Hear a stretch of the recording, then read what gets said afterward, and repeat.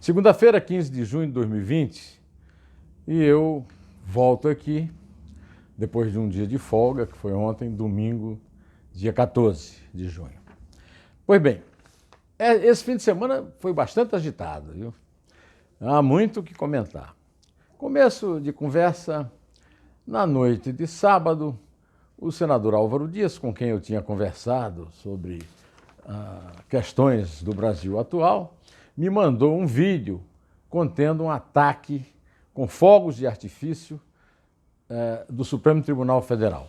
No dia seguinte, no domingo, eu fiquei sabendo que era aquele grupo que se chama 300 pelo Brasil, imitando os 300 do desfiladeiro de Termópilas, né, em que o rei Leônidas de Esparta combateu o grande exército do rei persa Xerxes. Mas, na verdade, são 30. Os 30 pelo Brasil foram expulsos de manhã do acampamento que eles ocupavam, com armas de fogo, inclusive, e ficaram perambulando e depois atacaram o Supremo. Há uma espécie de representação de um bombardeio, mas não é isso.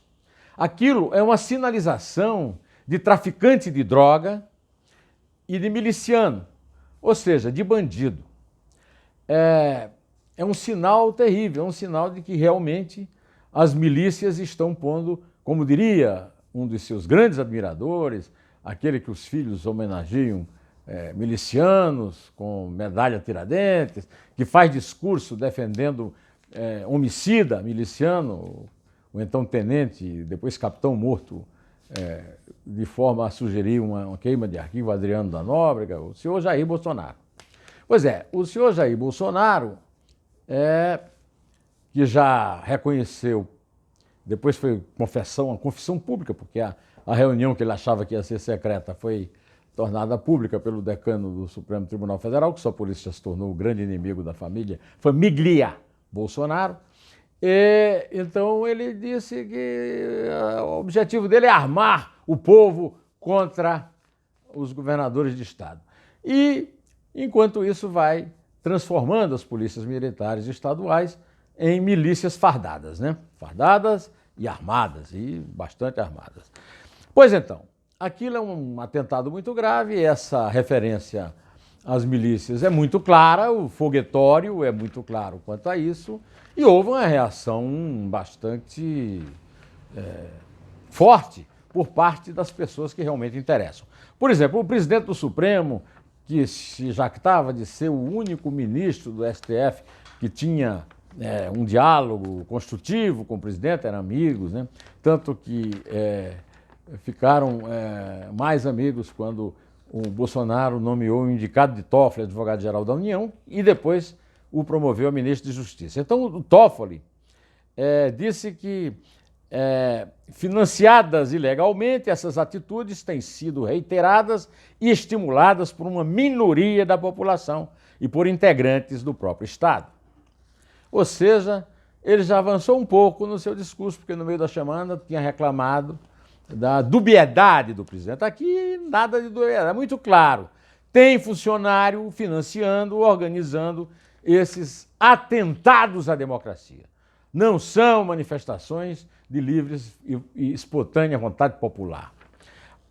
Esse senhor a quem eu me referi, o senhor André Luiz de Mendonça, é um puxa-saco inveterado de chefe. Ele estava na Advocacia Geral da União, quando o chefe da advocacia era o Dias Toffoli, que o promoveu a vida toda e depois foi nomeado advogado-geral da União, onde passou a servir dois senhores, o Toffoli e o Bolsonaro. Agora ele está servindo só o Bolsonaro e está propagando uma doutrina que é extremamente populista e nada popular. Na nota oficial nefanda, nojenta, que ele soltou a respeito do absurdo ataque das milícias bolsonaristas contra o Supremo, ele escreveu, e eu vou repetir porque é um primor de canalice. A democracia pressupõe, acima de tudo, que todo poder emana do povo. Por isso, todas as instituições devem respeitá-lo.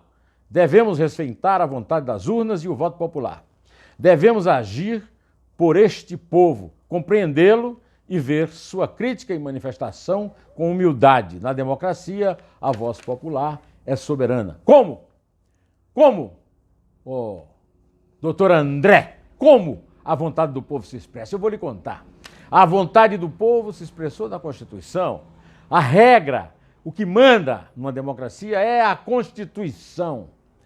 O Bolsonaro não representa o povo e fica imune por causa disso, porque teve 57 milhões e quase 800 mil votos no segundo turno de uma eleição que foi disputada democraticamente e pela qual a vontade do povo foi respeitada. O senhor Jair Bolsonaro foi diplomado, foi declarado vencedor, foi diplomado, foi empossado, jurou respeitar a Constituição na posse. E essa Constituição prevê um controle de pesos, de freios e contrapesos, que é um controle que foi instituído na sua origem, que é a Constituição dos pais fundadores dos Estados Unidos da América, e que foi adotada na República Federativa, hoje era a República dos Estados Unidos do Brasil, hoje República Federativa do Brasil.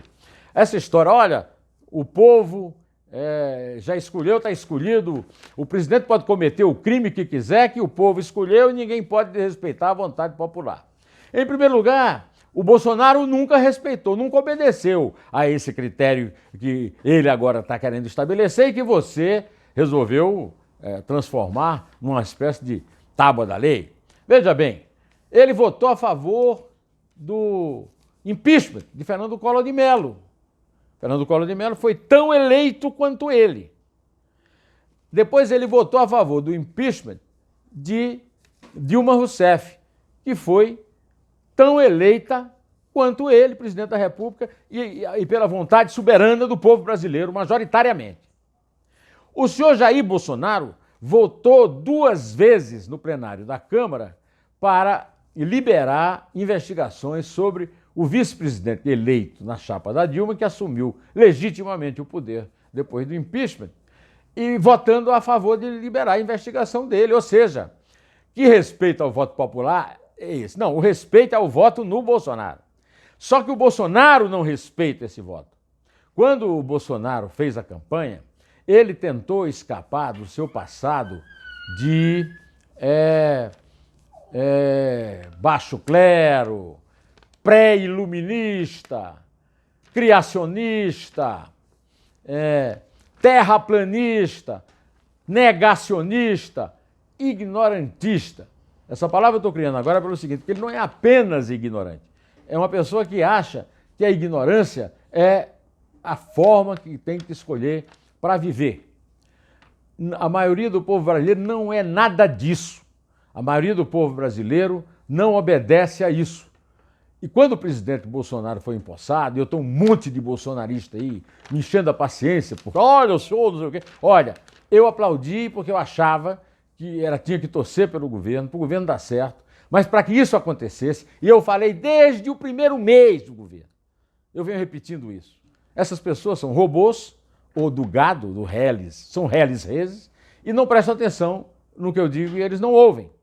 É o seguinte, eu disse claramente que o Bolsonaro governa para todos os brasileiros, para os que votaram nele e para os que não votaram nele. Essa é a legitimidade da democracia.